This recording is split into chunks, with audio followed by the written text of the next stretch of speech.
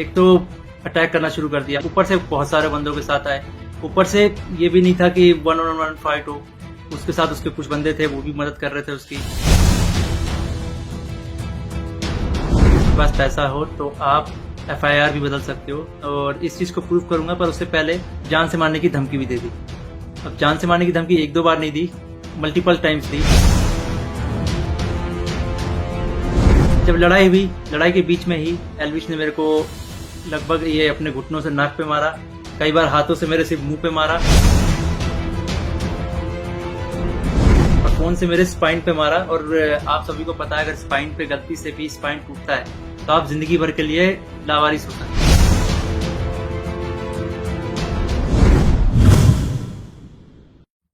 Hi everyone, तो मैंने आज ये तो देख लिया, अगर आपके पास पैसा हो तो आप एफआईआर भी बदल सकते हो, और इस चीज को प्रूव करूंगा। पर उससे पहले लड़ाई किस बारे में हुई, क्यों हुई, हम इस बारे में बात नहीं करेंगे। मैं सीधा पॉइंट पे बढ़ता हूँ। एल्विश ने जो लोकेशन दी थी वो उसके घर की लोकेशन थी, या फिर किसी के तो घर की लोकेशन थी, और मेरा इंस्टिंक्ट बोला कि मुझे उसे अपने लोकेशन पर बुलाना चाहिए, जो एक पब्लिक लोकेशन हो। अब मेरे को यही था भाई, कि जो भी गलत फहमी है डिबेट से सॉल्व करो। अगर आपको लगता है आप सही हो तो आप डिबेट करो, मेरे को लगता है मैं सही हूँ, मैं डिबेट करूंगा। तो कुल मिला के शब्दों से ही जीतना था इस चीज को, और मैंने पूरी तैयारी की थी। मैंने वहां पे सोफा वोफा सब लगाया था कि जब एल्विश भाई आएंगे तो वहां बगल में बैठेंगे, ये वो फलान ठिकाना। लेकिन जैसे ही वो आए, एक तो अटैक करना शुरू कर दिया, ऊपर से बहुत सारे बंदों के साथ आए। ऊपर से ये भी नहीं था कि 1-on-1 फाइट हो, उसके साथ उसके कुछ बंदे थे, वो भी मदद कर रहे थे उसकी। इस तरीके से मदद कर रहे थे कि मैं कुछ कर ही नहीं पा रहा था, क्योंकि मेरे को 2-3 लोगों ने पकड़ लिया था अगल बगल से। अब जब लड़ाई हुई, लड़ाई के बीच में ही एल्विश ने मेरे को लगभग ये अपने घुटनों से नाक पे मारा, कई बार हाथों से मेरे सिर्फ मुंह पे मारा। और जब मारा उसके बाद उसने बगल से एक फोन भी उठाया, जो दूसरे एंगल पे रिकॉर्डेड है, और फोन से मेरे स्पाइन पे मारा। और आप सभी को पता है, अगर स्पाइन पे गलती से भी स्पाइन टूटता है तो आप जिंदगी भर के लिए लावारिस हो सकते हो, अपाहिज हो सकते हो। तो उसके बावजूद उसने मारा मारा, और उसके बाद उसने क्या किया, जान से मारने की धमकी भी दे दी। अब जान से मारने की धमकी एक दो बार नहीं दी, मल्टीपल टाइम्स दी। कम से कम जितना मुझे पता है 3 बार तो दी ही थी उसने धमकी जान से मारने की, और ऑफ कैमरा भी उसने कई बार जान से मारने की धमकी दी।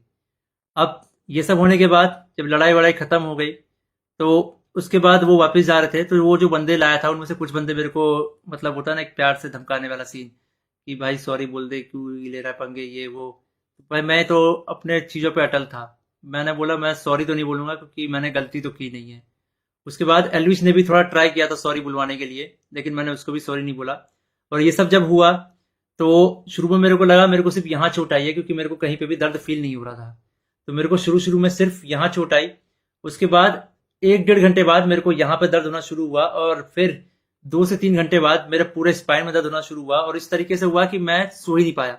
सुबह 4 बजे मैंने सोने का ट्राई किया था, मैं दोस्त के घर साकेत गया हुआ था, मैंने सोने का ट्राई किया, अनफॉर्चुनेटली मैं दर्द से सो ही नहीं पाया।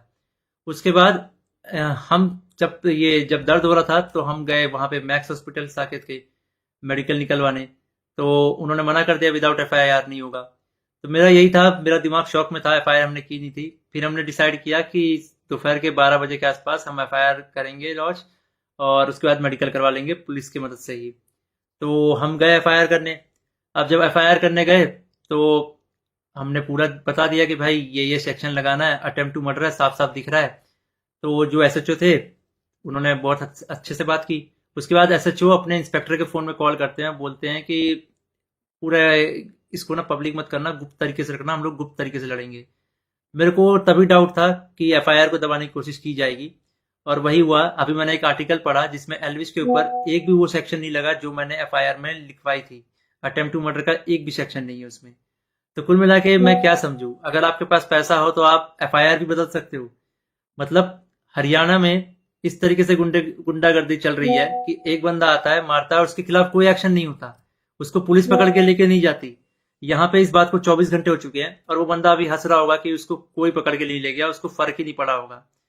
मैं हरियाणा के सीएम खट्टर जी से रिक्वेस्ट करना चाहूंगा कि इस गुंडे एलविश यादव को अरेस्ट करवाओ।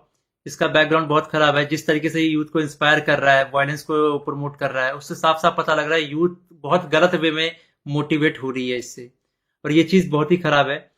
तो खट्टर जी, मैं इंडिया के कानून पे बहुत भरोसा करता हूँ, लेकिन अगर यहाँ पे नाइंसाफी हुई तो एक तरीके से बहुत सारे लोगों को ये तो समझ में आ जाएगा कि इंडिया का कानून सिर्फ गरीबों के लिए बना है, अमीरों के लिए नहीं बना है। तो मैं नहीं चाहता कि ये कानून भी, ये एफआईआर भी दब जाए। और साफ साफ पता लग रहा है दबाने की कोशिश की जा रही है इस एफआईआर को। अगर ये एफआईआर दबता है तो ये इंडिया के कानून की हार है।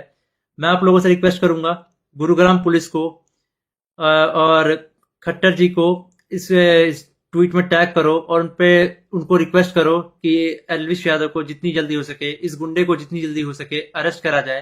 क्योंकि अगर कोई भी ऐसे मार के निकल जाएगा और फिर अपने स्टोरी में डालेगा कि भाई वर्क डन, तो खुल्लम खुल्ला यही है कि वो वायलेंस को प्रमोट कर रहा है और उसको पता है कि उसका कोई कुछ नहीं बिगाड़ सकता। तो एक तरीके से ये इंडिया के कानून की हार है। तो अभी जो मैं एफआईआर लिखवा के आया था, मुझे उसकी कॉपी भी नहीं मिली और मुझे लगता है मिलेगी भी नहीं। बोला तो वैसे सुबह मिल जाएगी, लेकिन आई डोंट थिंक सो, क्योंकि आर्टिकल में साफ साफ दिख रहा है कि एफआईआर के जो सेक्शन है वो बहुत अलग किए गए हैं। तो इंडिया के कानून का मजाक ना बने, तो आप लोगों से एक आखिरी बार रिक्वेस्ट है, सीएम खट्टर जी को गुरुग्राम पुलिस के ऊपर टैग से टैग किया जाए, ताकि ये मामले को वो लोग सीरियसली ले। इन द एंड अगर इस बीच में मुझे कुछ भी होता है, मेरे पे कोई भी जानलेवा हमला होता है, इसका जिम्मेदार एलविश यादव होगा या फिर उसके दोस्त होंगे या फिर गुरुग्राम पुलिस होगी जिसने मेरे एफआईआर को पूरा का पूरा बदल दिया और पता नहीं क्या एफआईआर लिख दिया। और ये ये इंडियन कानून की बेइज्जती है, ये तो मैंने देख लिया। कुछ नहीं भाई, अगर तुम्हारे पास पैसा हो तो कुछ भी कर सकते हो, ये तो मैंने देख लिया भाई।